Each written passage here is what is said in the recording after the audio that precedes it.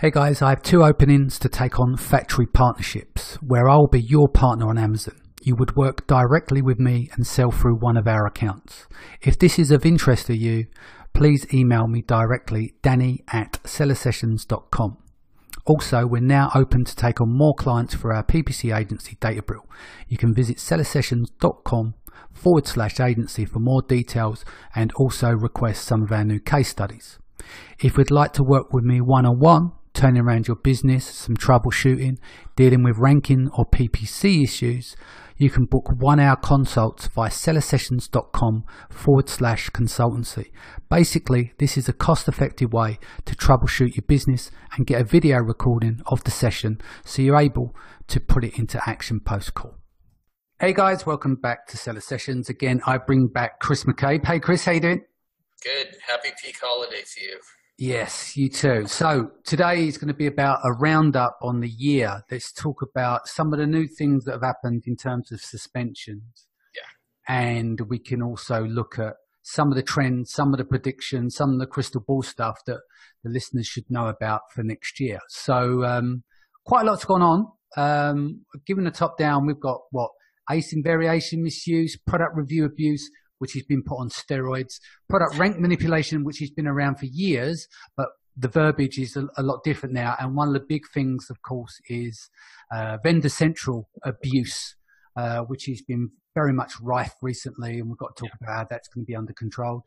Phone calls, which we know has been filtered out here and there, but there's been more of a clearer picture with account health services calling and then suspending. And then there's some clearer verbiage of cutting and pasting complaints to sellers. But let's take it right from the top. So first thing, how was your Q4? I imagine it was quite busy. So yeah. How much sleep have you had? Not a lot. Always happy to talk to you though. Cool. So that was very short and sweet. So yeah. Tell us a bit about, without going into client privileged information.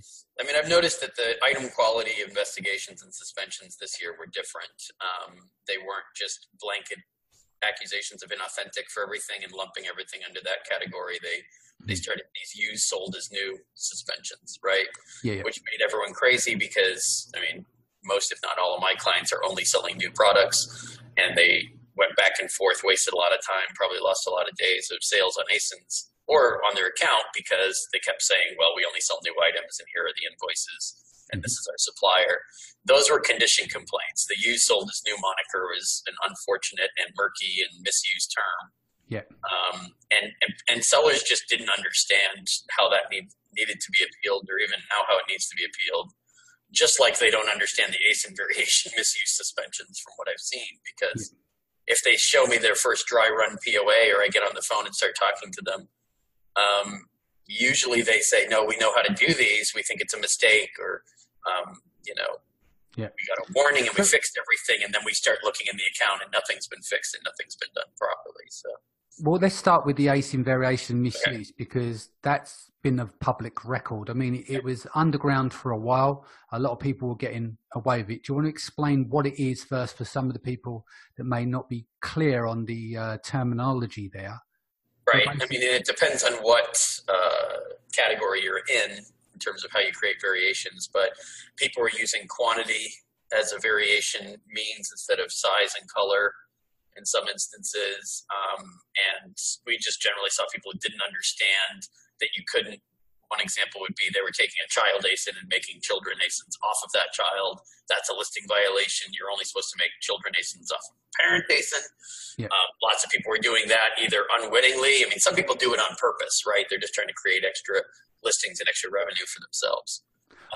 But the key thing really is the reviews, isn't it? Is people go and finding these listings with reviews on and then taking them on of their own. You know, you've seen these hilarious screen grabs being shared around. So, it might be for some lightning cables and basically all the reviews are for dog food or something stupid like that.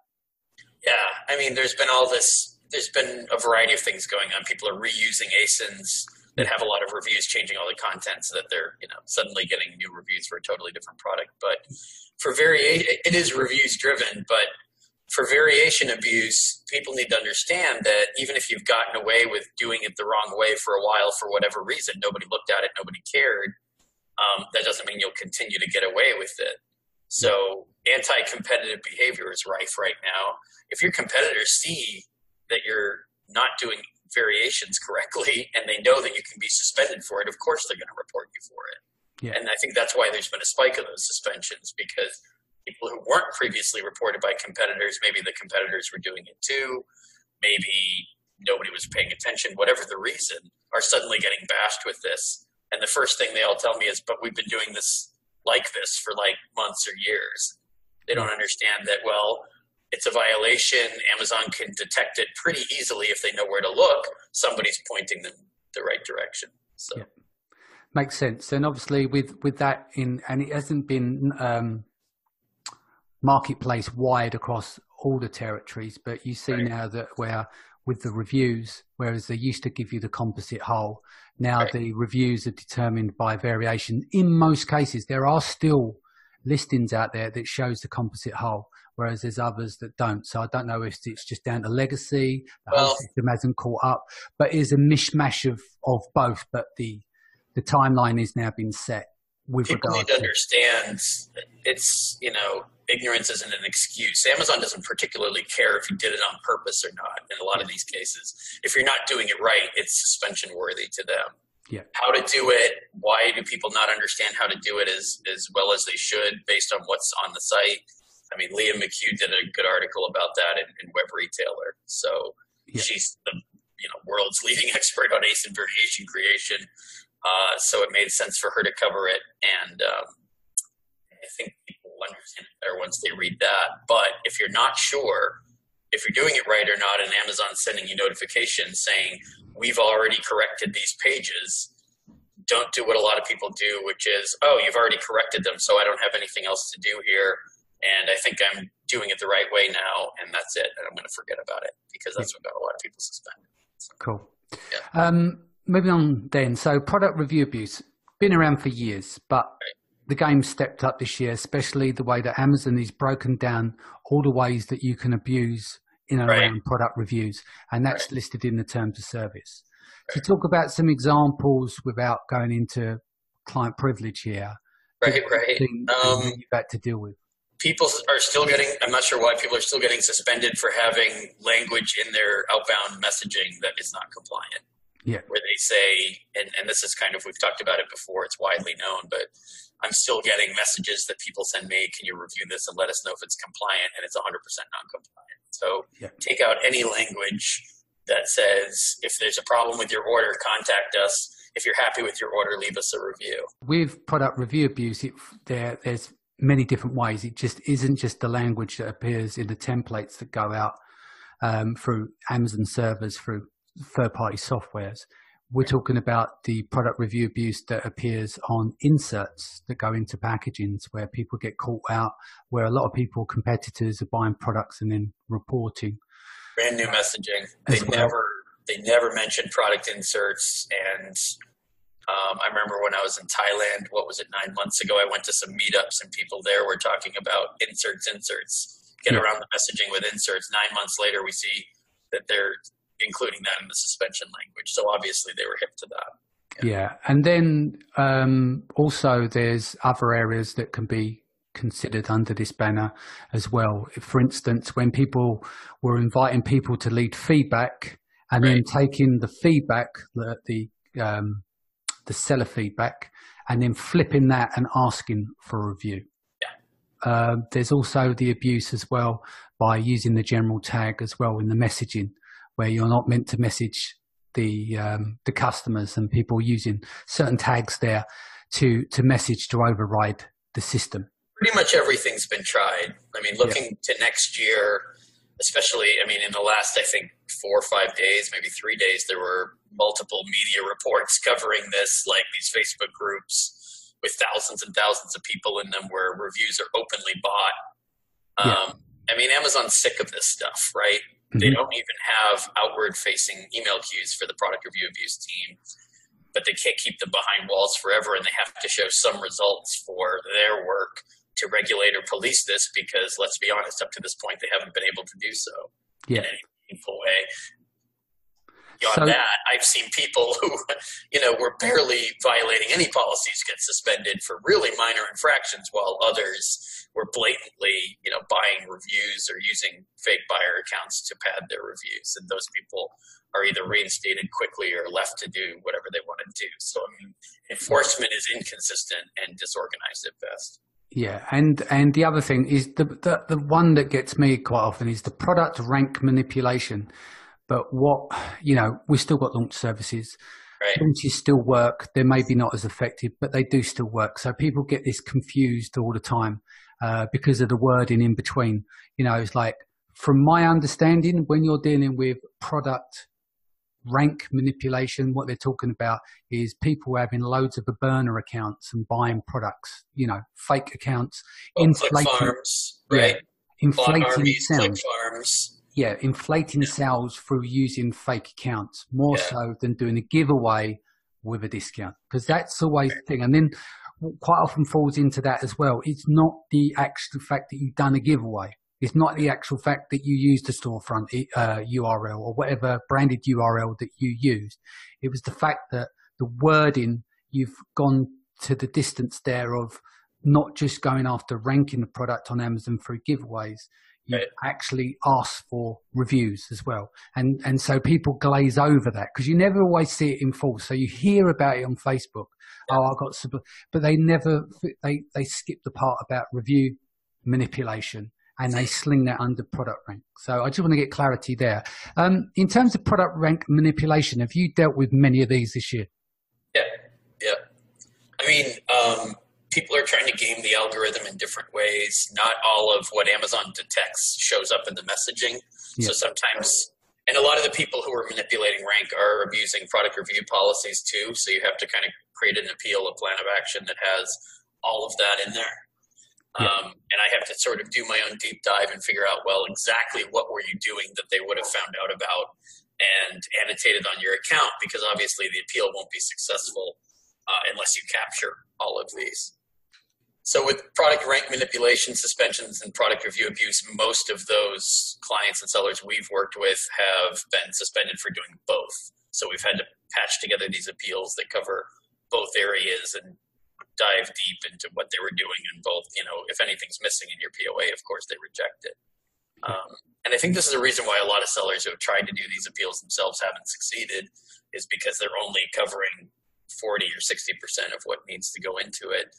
And I don't know, are some people just hiring third-party services and saying, do a bunch of stuff for me, and we're not asking if it's TOS compliant or not, and we won't even understand what you're doing? I mean, maybe that's part of the problem. Is that you're handing the keys to somebody else and they're crashing your car. So makes sense. The winner of the year's got to be vendor central abuse. That is just out of control at the moment in terms of it may not be. It might not just be what you're facing to dealing with a client that's being abused via, the manipulation of their listings, changing of images, all those kind of things. But it is a massive, massive topic at the moment. Now, I heard that Amazon's bringing out this kind of vendor one account. So it's all coming under one roof. And there's going to be some limitations of like when you submit stuff. But I don't know the full story behind it, but I think there's bigger restrictions coming. Do you know anything about that? Well, this whole vendor central abuse thing has been a giant backdoor to manipulating listings in 3P, right? So they have to start by sealing that off any way they possibly can. Whether that's about account managers and vendor central doing the things they shouldn't be doing, or other catalog changes that shouldn't be happening. If it's coming from vendor central, they have to start restricting people's access. And that's not actually that hard for them to do. They just haven't done it yet. Now, I'd be interested in see what happens next year. Obviously, that's going to upset a lot of people that want to change their title 15 times a day. But I think you're going to get to that stage where if they start to put the blockades up, it's going to be more difficult, but that's going to be more controlling on the system, whether you like it or not, if that reduces the abuse, which is, I think, is getting completely out of control. It's just way out of control. Oh, it is. I mean, if they're writing stories about it in the media, that means the people who are doing it are planning on doing it for only a short time, because those media stories get the wheels turning inside the company. So, I mean, unless you're planning on making a quick score out of it, I don't know what your long-term plan is. Obviously, Amazon's not going to let vendor abuse continue ad nauseum for the next 9 months. I mean, I'm sure it takes some time to sort it out. Some people are spending 15 grand on a Vendor Central account to protect themselves from the abuse, because they're giving up with having control of a Vendor Central account. It gives them the opportunity to change the changes back from the original abuse. Retail contributions. They're trying to master the art of retail contributions. I mean, I understand where it's coming from and who's trying to do what, but I don't think it's going to continue. I mean, there's no way it can continue on its current path. It's the same with product reviews. Eventually, with what's going on product reviews wise among sellers, what's been discussed publicly, what's been written about and published, you have to imagine that at some point product review management is going to all fall under some Amazon umbrella where they're controlling 90-95% of it, and sellers have very little control over it. I don't know. At the moment, I think they're doing this level. I don't know how much of it because of the scalability, but from my understanding, at the moment, there's certain cases where they're doing manual review on reviews before they're posted. Now, they are in some cases, but I don't think it's officially. It can't be a category wide everywhere. Surely, maybe just some of the key categories where the abuse is taking place. Yeah, they do these little, I don't know if you call them pilot programs. They do these experiments with this stuff, but it's not scalable for human beings to be reviewing reviews manually that much before they go up. I mean, you have to. I assume they're executing this to get some data for machine learning purposes, but as we've seen with machine learning, there are plenty of gaps, and everyone's exploiting those gaps, and people understand a lot about these algorithms now. Yeah. It's a black hat conversation. Yeah, totally. So account health services, calling to suspend account. Now, we knew at the end of last year and the beginning of this year, this has been like very much an ad hoc thing where it's been a bit of an experiment. It's been happening. I've heard of it, but it's been rare as hen's teeth. It's not been on a regular basis, but it's been a bit more regular this year. But what's quite interesting is that, tell me more about it, but literally they phone you to tell you that they're going to suspend you. So they have a phone call with you, then immediately suspend your account for 17 days. And then in that period of time, you have to provide a plan of action, but you only have 2 attempts in that window. They say that if you give them, they give you 24 hours usually. Right.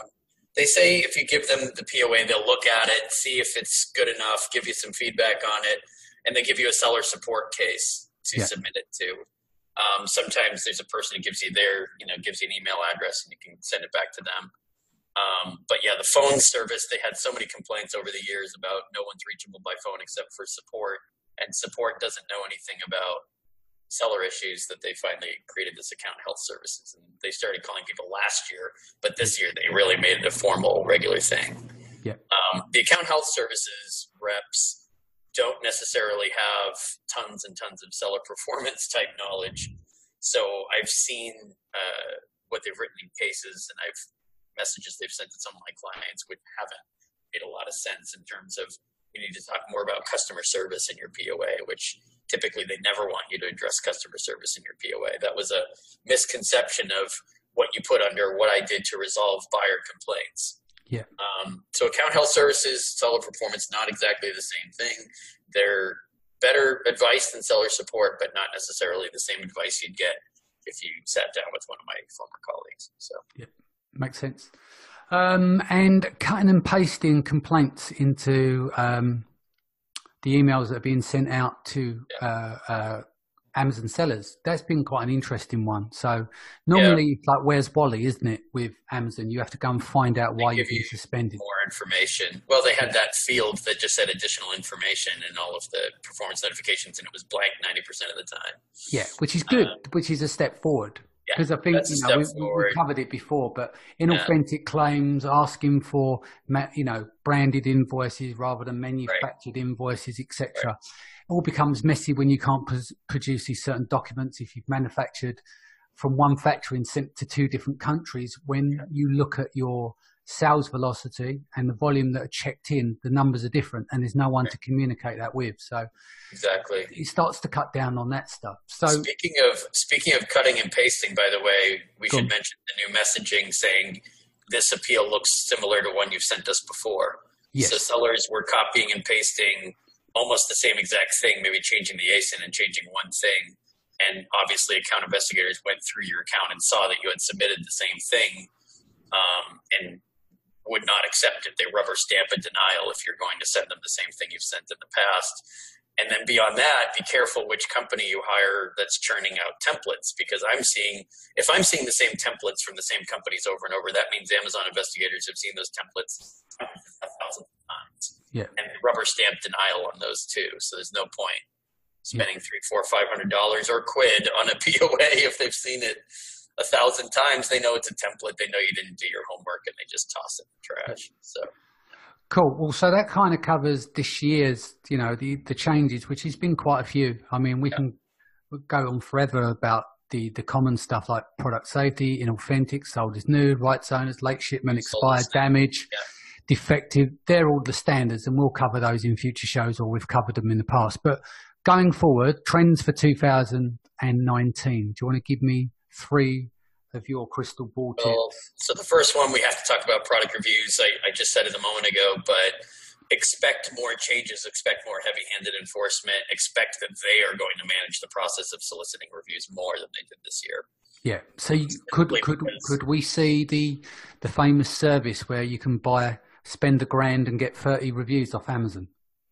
I mean, I assume they're going to create some hybrid approach where they help you do reviews their way, a clean way, a way they can monitor, and a way they approve of. I'm assuming, we've already got examples of how they manage the Vine program. Yes. There's food for thought there. There's limitations though, isn't it? But when they can tweak that and offer, maybe they'll offer a product reviews account like manager to you, and you'll have to rent one. Just like your marketplace growth managers. I could see that being, they have to do something because they're tired of the bad press. Yeah. So. Cool. Amazon do not to tap both pockets, don't they? They're in their ends are all in your pockets everywhere, wherever you look. PPC, fees. Obviously, that's all part of the platform, but the fact that we have to deal with there will be more fees. Yeah, exactly. It's against terms of service, but obviously Amazon has their own program to get reviews because they know even though they're Amazon, they still need to get reviews. So, but they offer you a paid service. You can't buy reviews, but you can buy them off of Amazon for $1,000. It's genius. I assume I don't have any direct line to that team and know that this is what they're doing. That would be the smart move. And I assume they'll gravitate in that direction in some way, shape, or form. Yeah. Because it's not sustainable the way it is now. People are taking advantage of things now, but you can't develop bad habits and depend on them lasting throughout next year. I don't think that's going to work. And second one, I think you mentioned FBA. Yeah, so how you manage FBA inventory. The used sold as new complaints, many of them originate with Amazon taking returned items and putting them back into resellable inventory. Yeah. And disabling the repackaging option doesn't necessarily help with this. The only real long-term solution we've found is to join the FBA Managed Returns program, where every return that goes back to FBA goes back to you. Yeah. So, that's not a trend. That's a program in place. But you mentioned it's in place. But I think everyone's going to, if these used sold as new complaints, just keep drowning. Yeah, they're going to go that route. That makes sense. Drop shippers, they're going to have a bit more of a clean out here. Yeah, the further going to They already are, but I think they're going to just keep weeding. It's going to continue in its current form, which is weeding people out who are listing things and don't have any supply chain documentation or supplier information to offer for those items, and it won't have anything to do with what you've sold. I have to say this multiple times, but it has nothing to do with what you've sold. If you're suspended for inauthentic for items you listed, even if you didn't sell those items, Amazon wants to know where you're getting them. This is part of the greater anti-counterfeiting effort. They want to know the reliability of your supply chain. Please, in a plan of action, don't say we never sold these items. they don't care. They're 100% disinterested in that argument. So, and I suppose the final one is going to come down to the black hatters. Are Amazon going to get on top of this thing, or because it's a blessing and a curse for them because they still need a big audience of sellers, don't they, who are undertaking these kind of things that bring in a lot of money for Amazon. And obviously, in one side, you've got all the news stories where they're kicking Amazon regarding this, and then you get a few people get thrown under the bus. I think there was a few people in India, wasn't there, that got thrown. You mean employees? I don't know if they're employees, but some black hat stuff. So I think that was more to do with rigging the voting system, etc. Right. But, they've terminated. It's been publicly reported. They've terminated some people in India and in China. I just think. Yeah. I think in 2019 you're going to hear more about people in HQ being terminated. Yeah.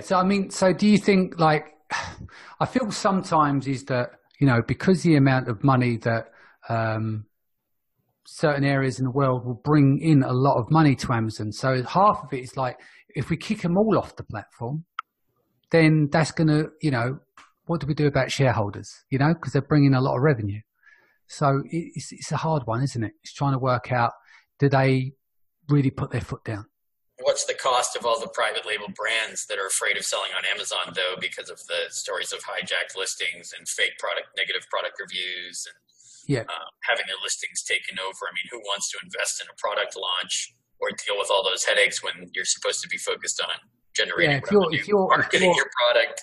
Yeah, exactly. If you're, the Madison Avenue style brand who may not yet be on Amazon, and Amazon's courting you to bring on to go on there, and all they're doing is reading the Wall Street Journal and say, "Really? Do you think I want to come and join your platform?" I mean, they can create direct partnerships with Amazon the way Apple just did and the way Nike did last year. I mean, but those take time to develop. There's a lot of negotiating. Those brands are only confident to do it if Amazon's promising they're going to regulate third-party sellers for them and make sure that nobody's watering down their brand reputation by, But I think Amazon can't really show too much of a hand. I mean, that Amazon still leans on the big brands, especially like in the vendor program where they're saying, we need the product you need to sell to us cheaper and cheaper and cheaper. Yeah. They grind them down. Yeah, and they don't want to give you any more. It's like, well, what's in it for me? I spoke to a client here in the UK. They're a top 5. And I just, when we spoke, I said, what are they giving you? They said, nothing. They just want to take more. So I said, well, you need to just go back to them saying, where is the point of exchange? What are we exchanging here? You want it for less, but what am I getting in return? It's nothing. So you shouldn't have to feel obliged to do this, especially if you're in a strong position. But it'd be interesting if people won't go on the platform because of all the black hat stuff. The real issue will be something like buyers start changing their buying behavior based on their knowledge that product reviews aren't trustworthy. Yeah. That's the type of thing that creates the earthquake that I think you're referring to. Yeah. If buyers change who they buy from, if every time you sign into your account to buy some stuff and search and do whatever, in the back of your mind, you're thinking, well, wait a minute, what if this is a product that has fake reviews on it? Yeah. Maybe I should pause on this. Maybe you end up buying it, but you pause on that decision for a day or two while you do more research. That's not what Amazon wants you to do. They want a seamless, trustworthy, solid buyer experience, and they don't want you doubting yourself. I don't know how many buyers are reading the stories about fake reviews, but at some point, this will become just common knowledge among anyone that gets anywhere near Amazon that reviews have to be taken with a grain of salt. So. Makes sense. Cool. Well, look, let's wrap that there. How can people reach you? So chris@ecommerchris.com is my email address. That's the quickest way to reach me. Obviously, the website, you can fill out my contact form. Time is of the essence of this time of year, so I usually keep an eye on things and respond pretty quickly. Cool. Excellent. Guys, thanks for joining us. Chris, thank you for joining us. If this is your first time, don't forget to hit this subscribe button. Don't forget to check out the show notes at sellersessions.com, and I'll see you again in a few days. Take care.